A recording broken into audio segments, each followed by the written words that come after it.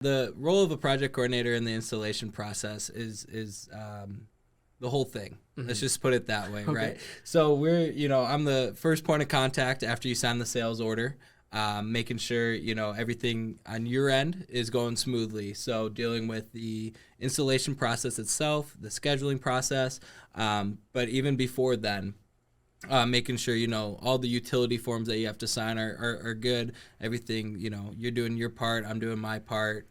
Everything with the city signed, making sure the permits are in, making sure the design process is ready to go. Designs approved by the city, by the utility that you're part of. Making sure everything from point one to point 1,000 is smooth sailing for the customer. Right. So talking with the customer, communication, dealing with the installers on a day-to-day basis, letting the customers know, hey, we're coming out on XYZ day.